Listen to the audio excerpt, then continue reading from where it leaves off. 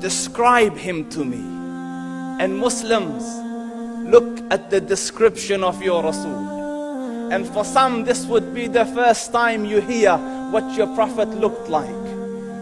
I saw a man of striking appearance. ظاهر الوضاء أبلج الوجه, radiant face, حسن الخلق, beautifully created. لم تعبه الثجلة, his belly wasn't protruding. ولم تزر به السعلة, nor was his head disproportionate and small. وسيم قسيم, proportionate and delicate, finely made, a specimen of a creation. في عينيه دعج, in his eyes there was a contrast. The dark was immensely dark, the white was excessively white. وفي أشفاره وطف, and his eyelashes were long. وفي صوته صهل, and in his voice was a natural echo. وفي عنقه سطع, and his neck was elegantly long. وفي لحيته كثاثة, his beard was full and thick. أزج أقرن, his eyebrows were arched, but they were not joined. It was separated. In صمت فعليه الوقار, when he was silent, dignity covered him. وإن تكلم سماه وعلاه البهاء, and when he spoke, it was audible and clear, almost commanding and overtaking. أجمل الناس وأبهاهم من بعيد, from afar the most striking and outstanding in appearance. وأحسنهم وأجملهم من قريب, and when he came near, the best of them and the most handsome of them in closeness. حلو المنطق, such an exalted and sweet level of logic.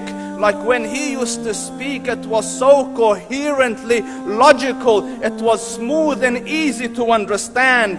فصل لا نزر ولا هذر, he was to the point, not excessive nor too short. كأن منطقه خرزات نظم يتحدرن, his logic, his utterances, his words were like jewels coming out of a necklace, calculated, polished, one after the other, it would flow magically. ربعة, he was medium in height. Your eye didn't have to strain to look up at him, nor was it tedious to look down at him. He was a comfortable sight to look at. له رفقاء يحفون به, he had friends, the people that were with him, they were working around him to try to serve and protect him.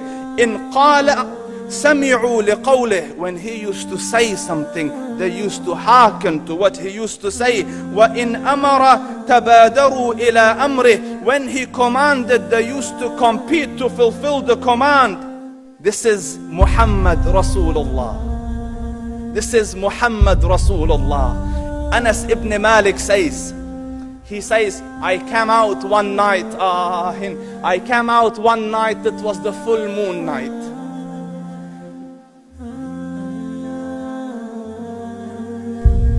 And I looked at the moon, and in the desert, understand, the moon is an awesome sight.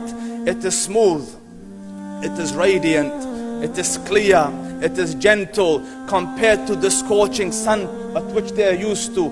So the moon was the epitome of beauty. So he says, I came out at a full moon night and I looked at the moon and I saw it beautiful, handsome. So I said, let me go see if the moon is more handsome or my Prophet is more handsome. Let me see if that is more beautiful or the Prophet is more beautiful. So I went and I saw him standing afar.